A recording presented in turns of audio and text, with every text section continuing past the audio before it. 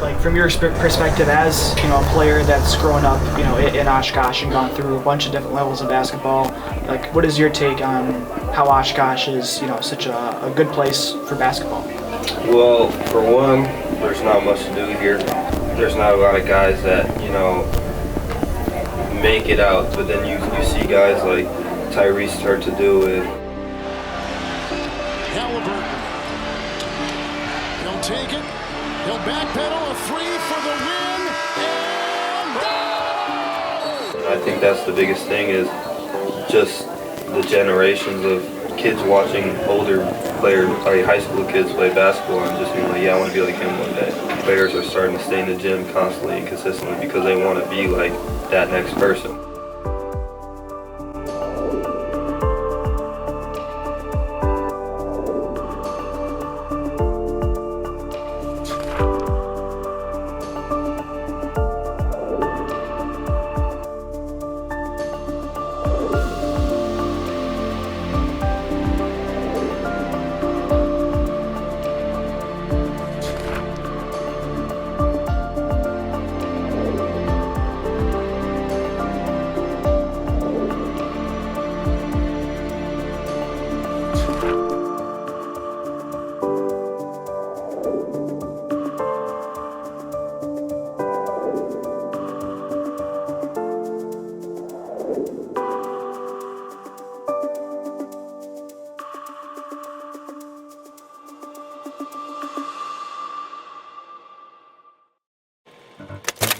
In the 1920s, Oshkosh was a booming industrial city in Wisconsin.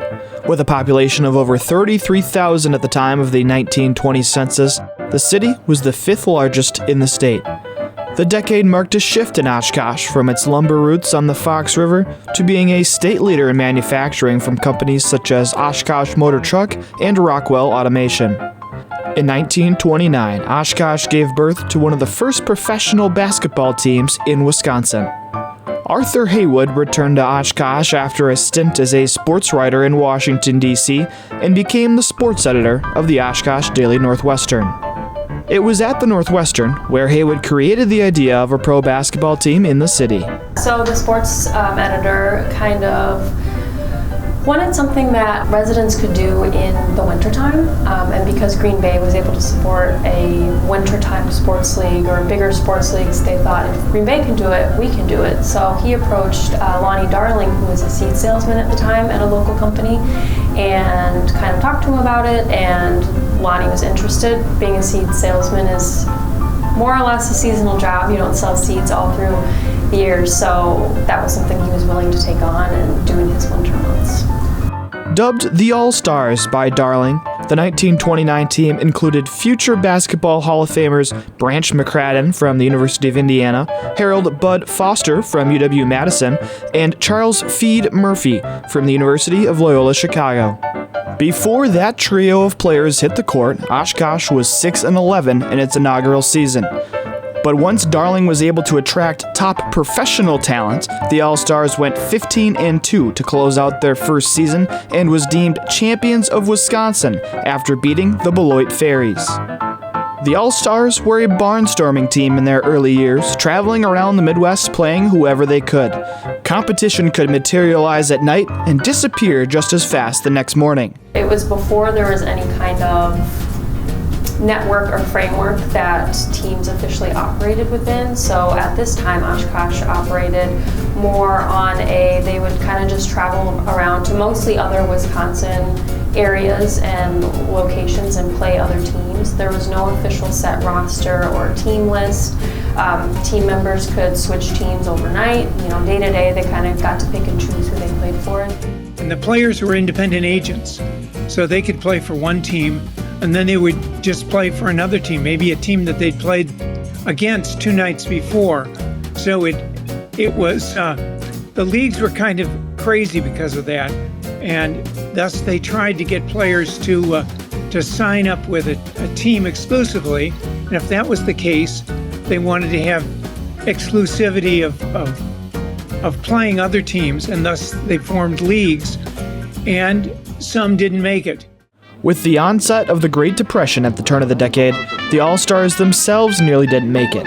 Because Oshkosh had no gym large enough to seat the number of fans needed to finance the team, Darling decided not to field a squad in 1931 and most of 1932. But he reformed the All Stars in the fall of 1932, and Oshkosh had its pro basketball team once again and took on top barnstorming teams from across the country. In the early years, they were more about ethnicity, especially in New York, where teams would play as like the Celtics, or they'd play as the South Philadelphia Hebrew Association, or the Wrens and the Whirlwinds. They would all be playing as more of an ethnic team than anything else. The All-Stars regularly played the original Celtics, which later served as the inspiration for the Boston Celtics, and two of the most famous African-American squads, the Harlem Globetrotters, which were actually based in Chicago, and the New York Renaissance. Darling quickly added more firepower to the roster to keep up with the top traveling teams, convincing a young man by the name of Leroy Edwards from Crawfordsville, Indiana, to leave the semi-pro Midwest Conference and come to Oshkosh. Well, the Oshkosh All Stars for a time were indeed the best, but mostly the reason they were the best was because of Leroy Edwards. Now, he had gone to Indianapolis Tech, and then he went to Kentucky and was All-American in Kentucky when they had first started All-American teams.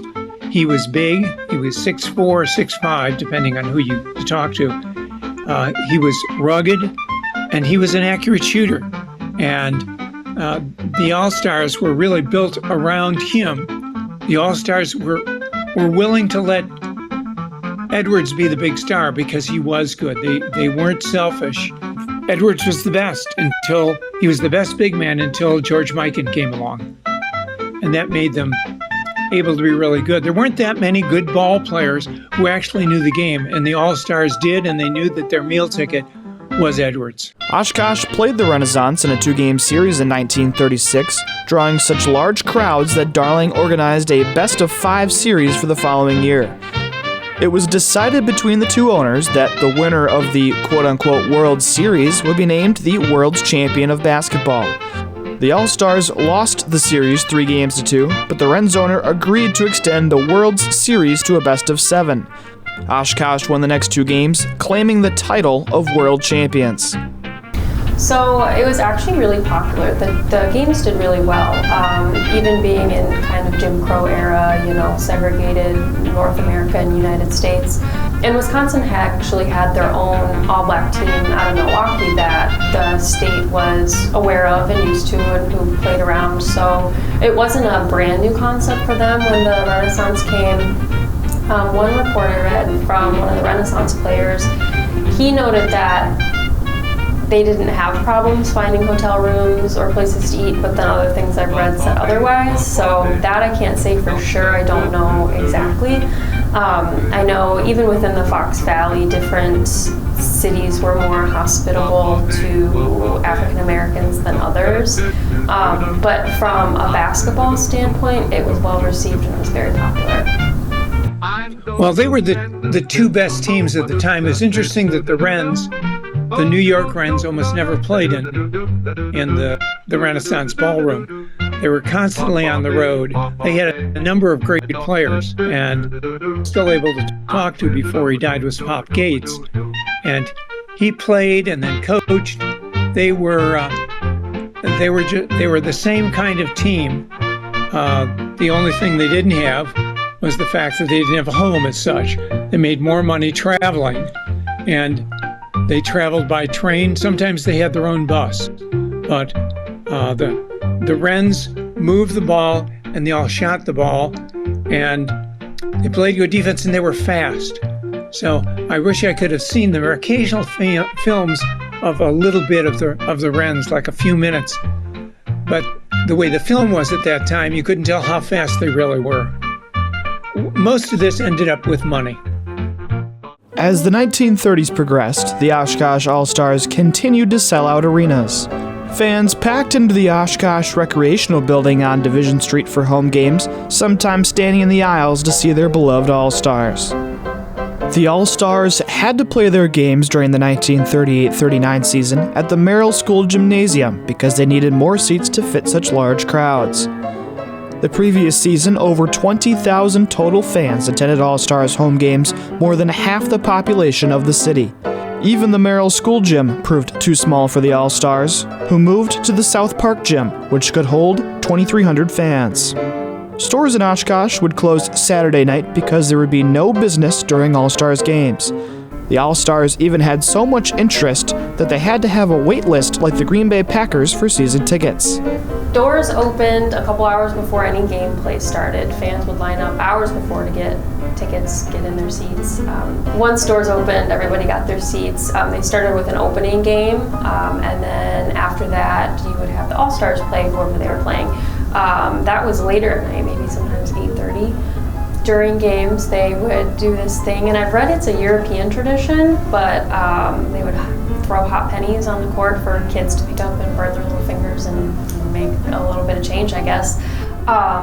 There was a band that played on occasion, and then afterwards they would go out to local spots like the hotels or restaurants or whatever and have lunch or have beers or go dancing or kind of just party.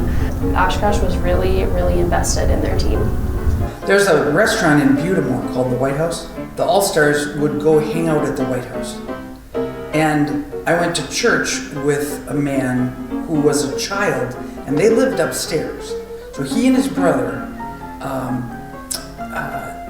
lived upstairs from the restaurant, and at the end of the night, when it was time to close up, his dad would say to them, time to go to bed, come on upstairs, and they'd leave the team and he'd say, okay fellas, lock up when you leave, and they would just leave them the whole run of the restaurant and the bar, and they would serve drinks and stay up till 2 o'clock in the morning because George said, Cantos, his last name was Cantos, he said he and his brother would sit at the top of the steps and listen to the All Stars talking until they couldn't stay awake anymore. But he said they would often stay till 2 o'clock and then they'd lock up and leave. It's the start of the game, and Oshkosh has the ball. Well, there were a lot of differences, mostly in the 20s. They were playing with a heavier ball, with a bigger ball, different rules, and the rules sometimes would vary from location to location, or if they had one referee or two referees, which made it easier for the referees to make calls.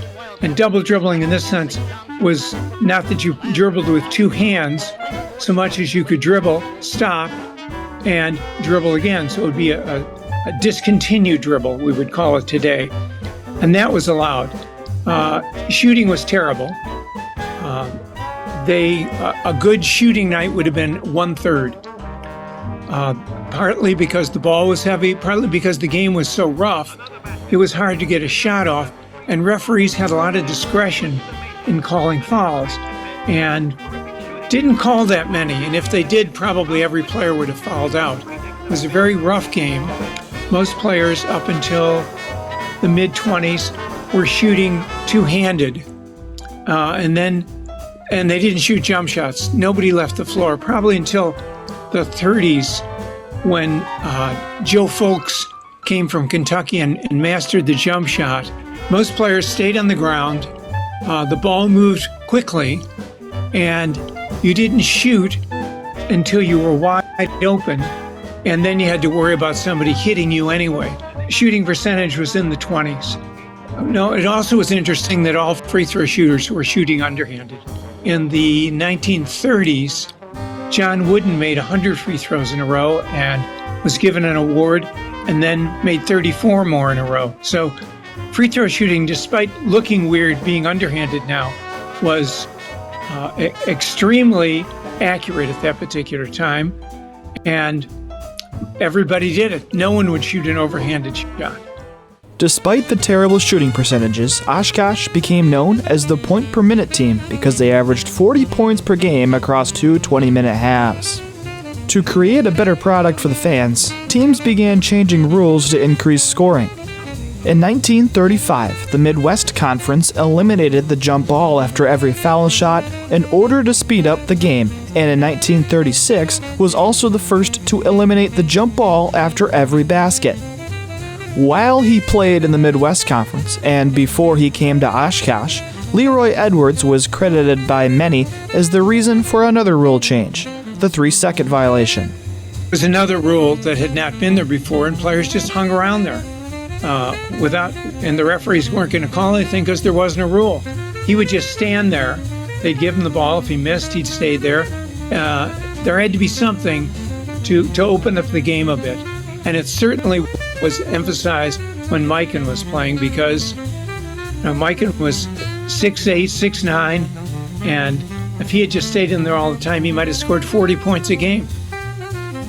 Even with the rule changes, the pro cage circuit, as it was known at the time because some teams would play inside a chicken wire cage, remained a rugged affair.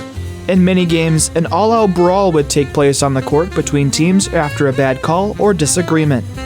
All Stars team scorekeeper Les Dustman once told the Oshkosh Daily Northwestern that the radio team faked technical difficulties during a fight on the court. Calling for a double dribble over there. Games became so intense that at least one time the newspaper reported that a man died of a stroke during a closely contested All Stars game. Professional basketball would not be the spectacle that it is today until the late 20th century, but Darling's team was top-notch entertainment for the people of Oshkosh. He was busy during his regular job, sales months, but in the wintertime he was even busier with the team. Papers noted him as being famously generous and dedicating so much time and energy and effort to his team and the people who supported his team, so the people who helped run games, the police officers who were there. But yeah, he loved his team. Even though he never played basketball, he was a coach, he was a manager, he even went on to found the NBL, so he was really, really invested in it. After 8 years as a barnstorming team, Darling wanted his squad to be a part of the newly formed National Basketball League, or NBL, established in 1937. There were so many different leagues. The NBL started because there were problems with making money on the part of these different companies, and it was also a bad time for the country. It was 1937. Some of the owners decided to form a league rather than just having barnstorming, which most of them were doing. And the players worked most of the time, and then they were given a little time off so they could play and represent the companies and let them kind of use it as an advertising vehicle. And it seemed to work out. People were very pleased to have their town representative. And most of the towns, as you see, were middle cities. Anderson, Indiana. They were teams from cities that weren't really big cities, and the big cities didn't need this. They already had enough publicity. But smaller cities wanted to have something to be proud of. And the players, since it was a bad time, really had a hard time finding a job. And when they did find a job, they wanted to have it supplemented. And this all worked out because they could play, they could play nearly at home or close by, and they could still work and then make extra money. What was important at that time really was railroads that were able to get them back and forth at all times of the day. Guys in the NBL, Milo Schoen was 6'6", but he was terrible. I mean, he was a rebounder and he was a shot blocker, but even 5 feet away, he just wasn't able to shoot. And a lot of players couldn't shoot. They had never learned how to shoot because they had gone to high school and their coaches didn't know how to coach basketball. So they never really saw any fundamentals, and it made the game different. Fans liked it because it was rough.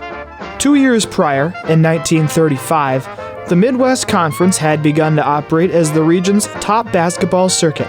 With the East Coast American Basketball League in financial trouble, the Midwest Conference was able to attract some of the top basketball talent by paying its players. Players like John Wooden and Al Servey played on squads in Buffalo and Indianapolis. Most teams were based in major corporations like the Firestone Non-Skids and Goodyear Wingfoots in Akron, and the General Electrics in Fort Wayne.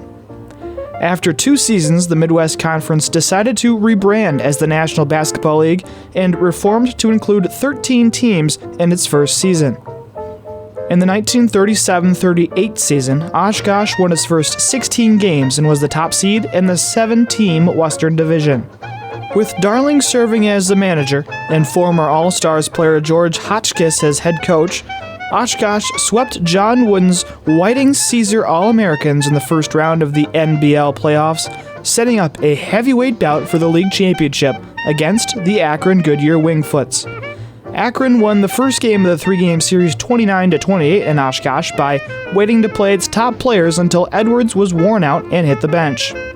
Oshkosh responded in Game 2, winning 39-31 on the road behind 16 points from Edwards. In the winner-take-all Game 3 in Oshkosh, the All-Stars suffered just their second home defeat of the season as Akron walked away with the title following a 35-27 win. With Darling serving as the president of the NBL during the 1938 and 39 campaign, Oshkosh once again was Western Division champions, this time with a 17-11 record. The All-Stars faced off against the Akron Firestone Non-Skids, with each team trading victories in the 5-game championship series.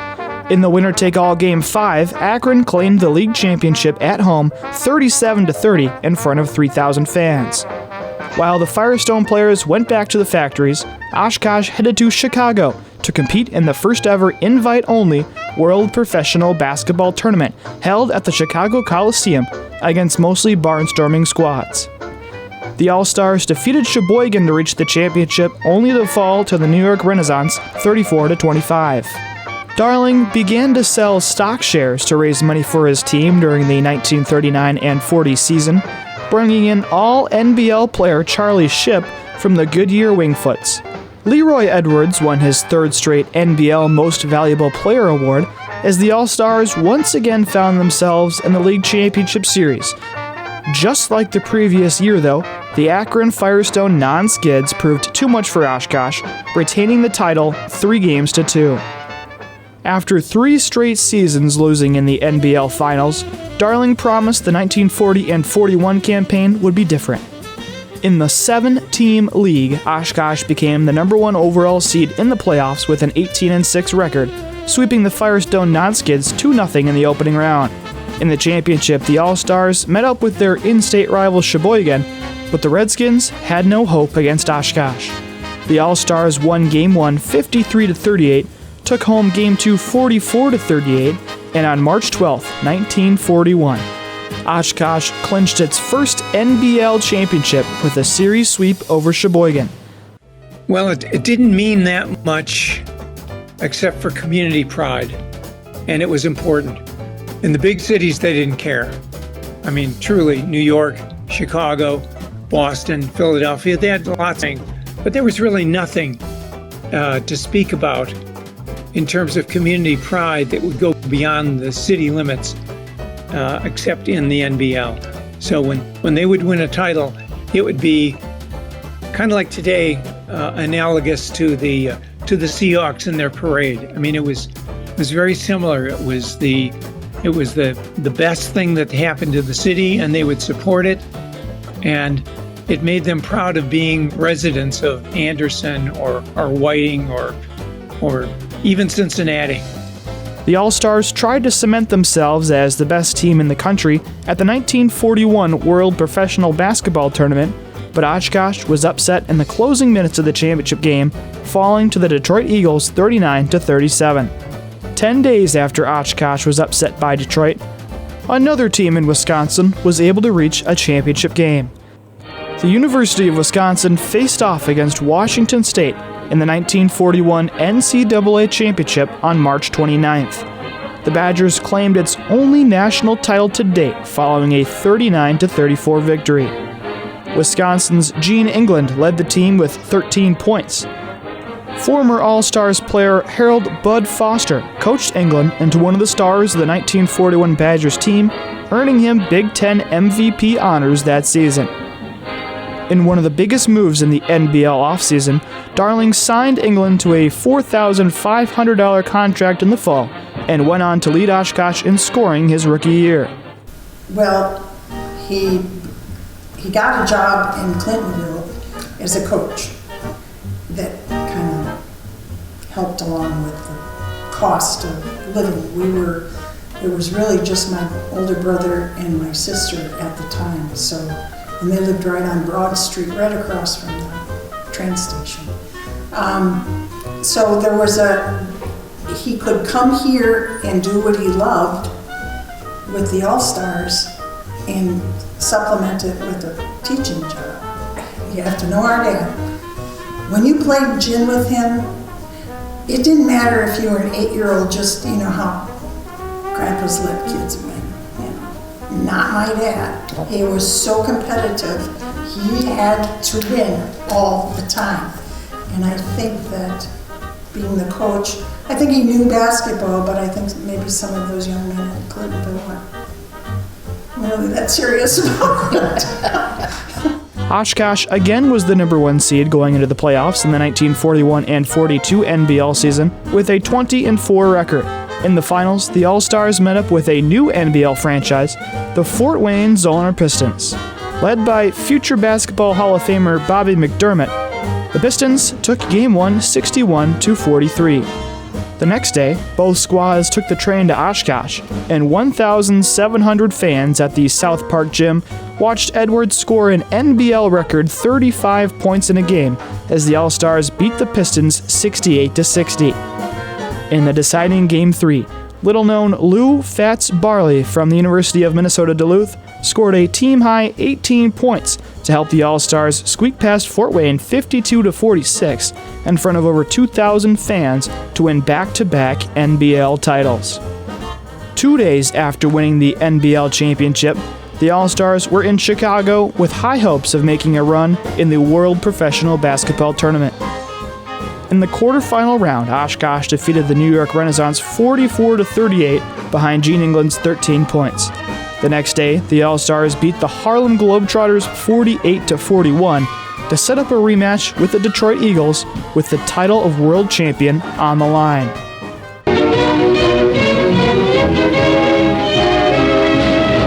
If you like your basketball fast and furious, this is just what the doctor ordered. The Oshkosh All Stars and the Detroit Eagles are fighting it out for the national title, and their fans get a real thrill.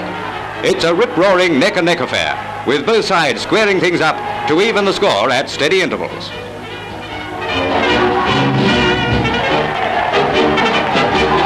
Last year, the Eagles beat the Oshkosh boys by 1 point, so tonight's clash is more than usually exciting, especially as all the players are right on top of their form.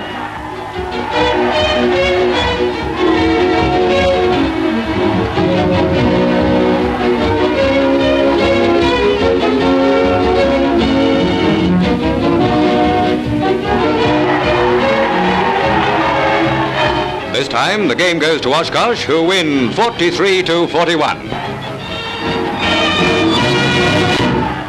The city was thrilled.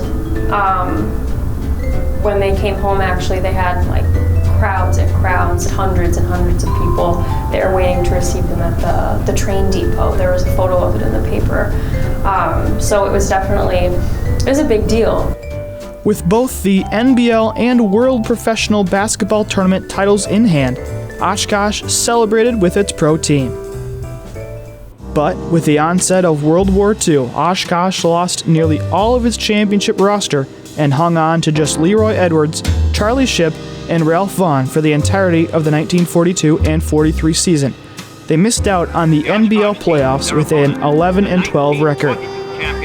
Oshkosh still managed to make it to the World Professional Basketball Tournament championship game, but was dominated by the Washington Bears 43-31. Oshkosh's struggles continued over the next 2 seasons, finishing 3rd in the 4-team NBL in 1943 and 44 with a 7-15 record, and 5th in the 1944-45 campaign with a 12-18 mark. After the United States declared victory in the Pacific, slowly but surely, Oshkosh was able to replenish its ranks. Bob Carpenter returned to the All-Stars from military service and led all NBL scorers with 473 total points across 34 games. The NBL increased to 8 teams for the 1945 and 46 season, adding the Rochester Royals and the Chicago American Gears. Oshkosh returned to the playoffs that season, but fell to the Sheboygan Redskins 3-2 in the first round. The Redskins would go on to lose to the Rochester Royals, led by NBL Rookie of the Year, Red Holtzman. Gene England finally returned to Oshkosh to start the 1946 and 47 season, and things started to be on the up and up for Oshkosh and the NBL. The league had just increased to 12 teams, adding the Syracuse Nationals and turning the Buffalo franchise into the Tri-Cities Blackhawks. That same year, the Basketball Association of America, or the BAA, was established in 1946 with 11 teams and fought the NBL for top players. Well, originally the BAA started because the owners wanted to get their arenas used. They were all hockey owners. And when they weren't playing hockey there, they wanted to have the income from having an empty arena. They wanted to have it full. So they signed what they could, but all the good players, well, most would have been in the NBL. Oshkosh still marched on for the 1946 and 47 campaign, winning the Western Division with a 28-16 record. But in the semifinals, Oshkosh welcomed George Mikan and the Chicago American Gears to the South Park Gym and was disposed of by the visitors 2-0 in a best-of-3 series. The NBL again faced major competition to the BAA for the 1947 and 48 season in its fight for top players, but the Elder League still maintained the biggest name in pro basketball in George Mikan. Well, he was amazing. There was nobody like him. He could hook with both hands. He was rough. He was 6'9". He was just there weren't players that big who could do what he could do. He was aggressive, and people would come out to see him alone just because he could handle the ball. He had great hands. He was by far the best player in the country. After his Chicago team disbanded, after they tried to establish a breakaway league, Mikan found his way to the newly established Minneapolis Lakers, which had renamed itself from the Detroit Gems and moved to the land of 10,000 lakes. The Lakers and Rochester Royals completely dominated the NBL, but Oshkosh still managed to squeak in to the league playoffs. Unfortunately for the All-Stars, Oshkosh had to match up against Mikan and the Lakers in the first round of the playoffs. Mikan, the league's MVP and the first player to ever score more than 1,000 points in a season, pushed around the older Leroy Edwards and led Minneapolis to a 3-1 series win. Talks of a merger between the NBL and BAA intensified in the offseason. On May 10, 1948, league owners met in Chicago and came to the resolution that teams could not leave the NBL without permission. That same day, BAA Commissioner Maurice Podoloff made a secret proposal that the Minneapolis Lakers, Fort Wayne Pistons, and Indianapolis Kotskis would all leave the NBL. Later, the Rochester Royals were included as well. That really spelled ultimate death for the NBL. They were losing the good players, which they always had, and they couldn't draw as much when they had weaker players. It led to the ultimate fall. The biggest fall, of course, was when the Lakers went and took the big meal ticket, George Mikan. Darling submitted a proposal to be in the BAA, but his application was tabled. Oshkosh was still hopeful that it would be added to the BAA as it began the 1948-49 NBL season. The All Stars, which added future Basketball Hall of Fame coach Alex Hannum to its ranks, still relied on the aging Edwards in England, who led Oshkosh to another Western Division title. Despite England, who was an all-NBL first-team selection and put up 21 points in the final game of the 1949 NBL Finals, Oshkosh was swept by the Anderson-Duffy Packers 3-0. After the season, teams in the BAA and NBL began folding left and right. Once again, Darling made it clear that the All-Stars would continue in whichever league survived the offseason. Then, on August 3, 1949, an announcement came from league officials of the NBL and BAA. The two leagues would merge to become the National Basketball Association. The Anderson-Duffy Packers, Syracuse Nationals, Tri-Cities Blackhawks, Waterloo Hawks, Denver Nuggets, and Sheboygan Redskins would join the newly established NBA. The league said it would strip the Oshkosh All Stars of its ownership group because it was a community-owned team and move the club to Milwaukee. The new owners didn't have the finances after being awarded a team, and the All-Stars now ceased to exist. From what I know, it was devastating. Even for like Lonnie Darling, he was devastated that they didn't make the cut. The team was his life. There was a lot of disappointment. Even Lonnie, after this, with his devastation, started having health problems and attempted suicide once, and had frequent heart attacks until it killed him. And it kind of just, Oshkosh lost something when the All-Stars ceased to exist. Well, the NBL was the real league, and with all the rules they put into effect, and the fact that they had the best players, it was the legacy that the BA didn't have. They were happy to forget the NBL and treat it like the Eastern Basketball League or the Midwest Conference. They were happy to just ignore it, but they really couldn't. They didn't want to until it was pointed out, and then they kind of grudgingly go ahead because they wanted to be seen as the pioneers, is all I can figure. Not that many people care except basketball historians and sociologists from different towns, but for the most part, they exist and the NBA doesn't seem to care.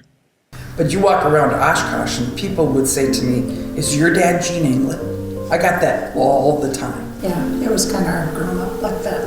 In fact, I said when I got my first job at Children's Hospital in Milwaukee, it was my first opportunity to not have my parents identified with my parents. First of all, I'd gotten married and my name was different, but I went in to interview with the chief of the department, Dr. Babbitt, and I don't know how we got talking, and he asked me where I was from. I said, I was from Oshkosh. And he looked at me and he said, "Are you any relation to Gene England?" I thought, oh my God, I can't even get a job in Milwaukee without having to explain that my dad is Gene England, you know. Yep. They had a cedar chest in the basement, Mom and Dad, and all the stuff was sitting in the cedar chest, and the warm-up suit was in there. And I asked one year if I could wear it for Halloween. He said, "Well, sure, it's just sitting there." So that's how he felt about the memorabilia. I mean, it's not like it didn't have a place of prominence, especially the gold ball and the leather basketball. But the rest of it was just stuff. Memories like we all have. Yeah. The Wisconsin Herd of the NBA G League, the Milwaukee Bucks' minor league affiliate, continues the tradition of professional basketball in Oshkosh. Basketball remains ingrained in the city's culture and has continued to develop some of the best players in the country. But despite all of its accomplishments, neither the history of the NBL nor the Oshkosh All Stars is recognized by the NBA. The All Stars were a pioneer in the sport of professional basketball and were at one time recognized as the best team in the nation. But the Naismith Basketball Hall of Fame contains no mention of the Oshkosh All Stars, pro basketball's first dynasty.